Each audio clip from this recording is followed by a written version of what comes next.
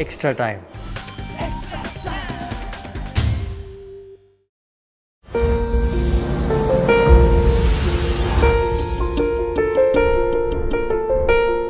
विराट 2018 की जो एंडिंग हुआ वो ज़बरदस्त रहा पॉजिटिव नोट। तो 2019 का शुरुआत अच्छी हो इसलिए क्या करना चाहिए? ये सिडनी टेस्ट का आपका अनुभव क्या कहता है, ये ग्राउंड विकेट ये सब के बारे में?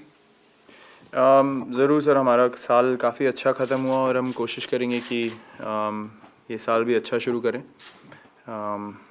हालांकि ये चीज़ों को हम ज़्यादा देखते नहीं क्योंकि हर मैच में हमको अलग चैलेंजेस मिलते हैं और हर मैच में हम कोशिश करते हैं अपनी बेस्ट क्रिकेट खेलें और अच्छी परफॉर्मेंस दे एज अ टीम, जो कि हमारा एम इस मैच में भी रहेगा।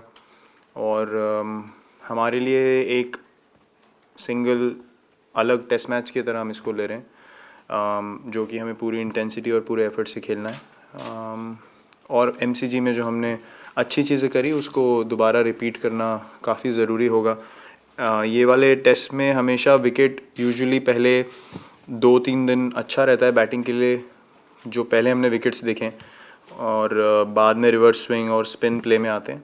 तो आई थिंक जितनी गर्मी है उसके हिसाब से विकेट अपनी ट्रू नेचर में ज़रूर आएगा। I think day 3 onwards maybe, not day 2 but day 3 onwards वो ट्रू नेचर विकेट का बाहर ज़रूर निकल के आएगा, ऐसा हम सोच रहे हैं अभी।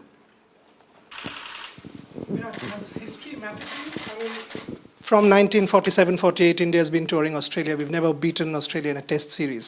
Closest was 2003 for 1-1, 2-1 on the cusp of history. Do you guys think in such terms at all, or discuss in such terms that what has never happened before, this team can actually achieve that? Does history matter to you? If you ask me very honestly, no. Because what's gone is not in our control, or what's gonna come is not something we need to think about. We need to stay in the present and focus on the things that we can do. The controllables, we need to figure out what the controllables are and focus on them. The reason that why we want to win this test is because we understand as cricketers how difficult it is to come here and play. And as I said at the high tea yesterday, it's not only the team you're playing against, it's the whole nation, because they get behind the team so well. And when you walk into bat, you feel like there are 40,000 people who want your wicket, not just the 11 guys on the field. So we understand as cricketers how difficult it is. And purely just to take that challenge on, we want to win here. And it's got nothing to do with proving that we have done something which hasn't been done in the past. Every team that comes wants to win, obviously. So I'm sure that they would have had the same intention, but the motivation has never been to change history. It's only been to overcome the challenge that's in front of you. And as a sportsman and as a cricketer, you can ask anyone. That's the most important thing, and that's something you look forward to. Not necessarily proving something to someone or changing history. It's just crossing a hurdle and making yourself believe that you're good enough to be at this level and beat any team anywhere in the world, and that's the most important thing to us. As a batting unit throughout the year, you probably turned a corner in the England series, mid-series through that Nottingham Test second innings when the middle order started contributing. How much effort goes into that? Like you said before the MCG Test, like it's not technical. It cannot be completely technical for you. It's also a mental thing. So how much of that as a unit and as individually of that can be worked in the nets, or how does it go throughout that process from one series in difference in conditions? How does that happen? The reason I said it has to be an obsession to be able to win away from home is because you cannot afford to be negative even a single minute, forget a single day on tour. You need to be that convinced about your ability firstly, and the fact that you can go out there and put in a match-winning performance, not just get a score to feel good about having scored runs away from home, but to make that contribution that significant that your team wins. And I think for that you need to be absolutely positive in your mind every single minute of the tour.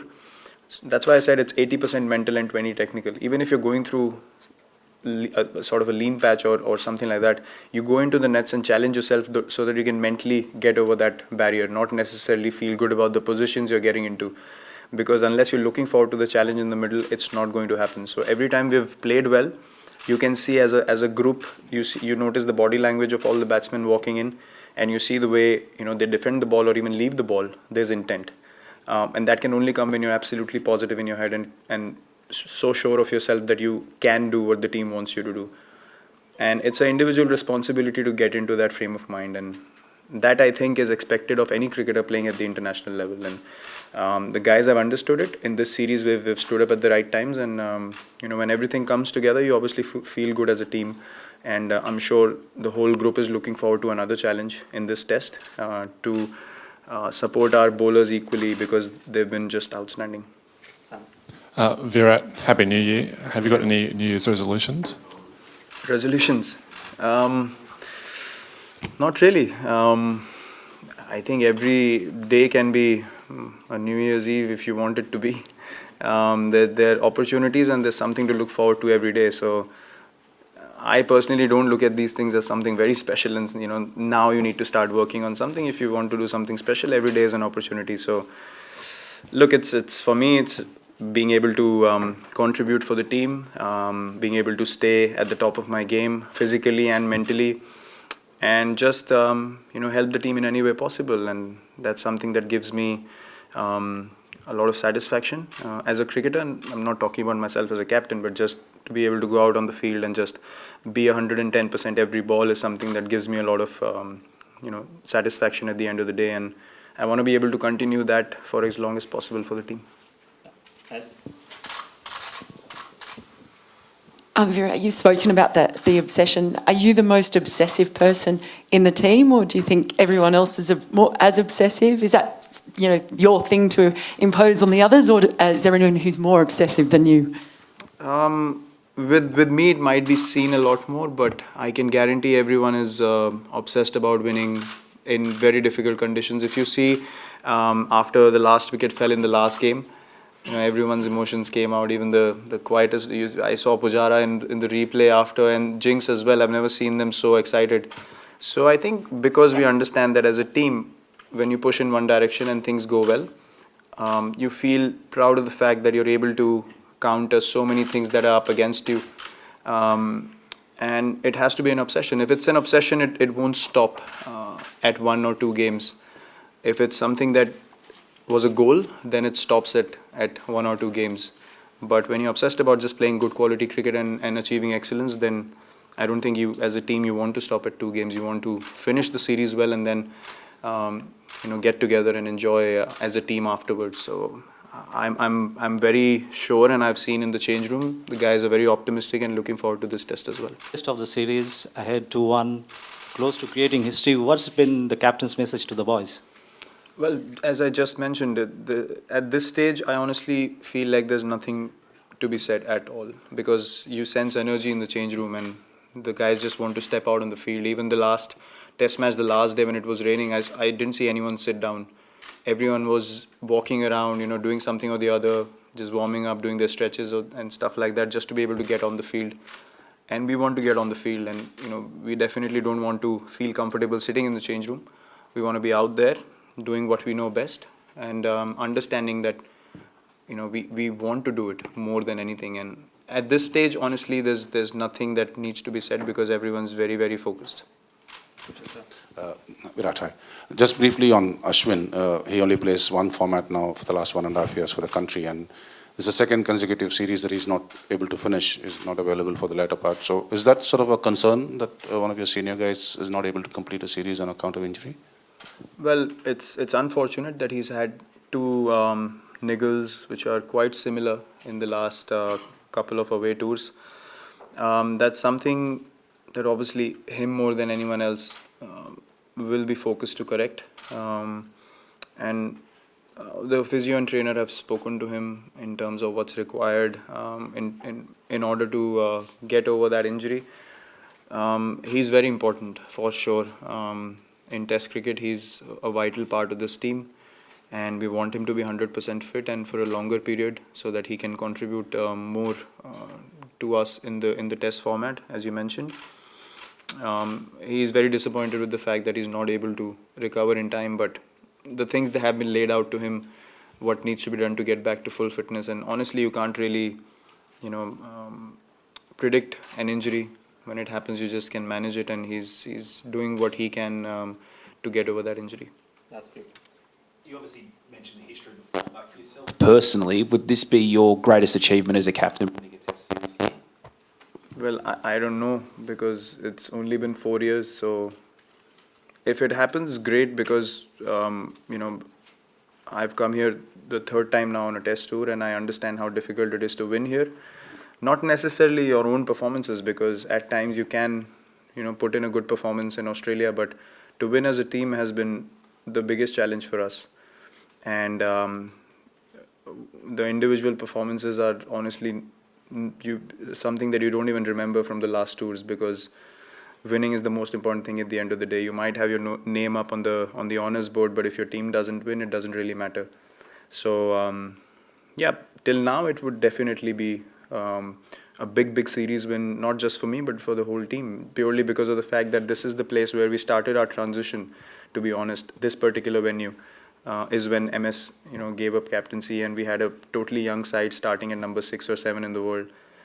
And we come back here as the number 1 test side in the world, and we want to be able to take that legacy forward and as I said, just play the kind of cricket that we played in this series, which has been exciting for the people to watch, and for both teams competing in it as well, which is, I think, the most important thing.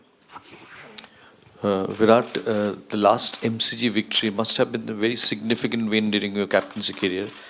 If so, what has it taught you, the MCG win? I think it's just, I don't know, it's just solidified the belief that we have as a team much more. Not only me, I mean, the things that we've been talking about for a long time, for the past 12 months, I think wins like MCG and Adelaide only make you feel as a team that you're heading in the right direction. You will obviously make mistakes, and you will have things that you need to improve on or correct along the way, but you can't change your personality or your character as a team.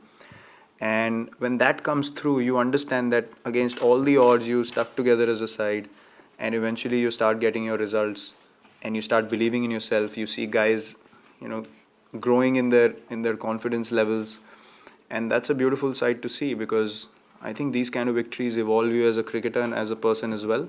And that can only happen when you have total belief in what you want to do rather than following someone else's opinions. So I think as a side, it gave us a lot of belief that yes, we were heading in the right direction always, and we were very close. We just had to understand our mistakes and correct them at the right times. Not that we were not willing to correct them, but the timing wasn't right. So yeah, I mean, it just gives us more confidence to keep doing these things more often and not stop there. What do you put into your preparation to make sure that you can do that? Is it physical things you do with your training, or is it more of a mental game, as you touched on before? Yeah, the physical part has definitely helped me massively in the last 3 years. I feel like I can switch formats very easily and be at the top of my energy levels or the intensity that's required to play international cricket, because I work really hard on my fitness. There are many factors involved, the diet patterns, the sleep patterns, and all these sort of things are very, very crucial. But apart from all that, I believe in backing my technical ability to score in all formats. I'm not someone who aims to be the biggest six hitter as such. I'm happy to knock the ball around in shorter formats and get runs. As long as the intent is there and you're working towards making your team win, you don't necessarily need to go out there and make people go, wow, what was that shot, So I'm not bothered by those things. The thing that drives me is just helping the team at any cost. And for that, I need to be at the top of my game in all formats, because I believe that I can make match-winning contributions for my team. And for that, I need to be absolutely sure of my patterns. And if you have a good technique, you can play any format. That's the bottom line. That's what I believe in. Final. Virat, coming back to Ashwin, I mean, how does someone like Ashwin getting injured and not playing 3 matches affect the pre-series planning, and how do you sort of then as a bowling group or as a leadership group manage something like this? And how are you managing your own back troubles which you sort of had during the Well, the Ashwin factor, I think it does make you alter your plans a little bit throughout the course of the series. But the fact that Vihari has bowled beautifully whenever we've given him the ball makes us feel absolutely calm about Ashwin not getting to play.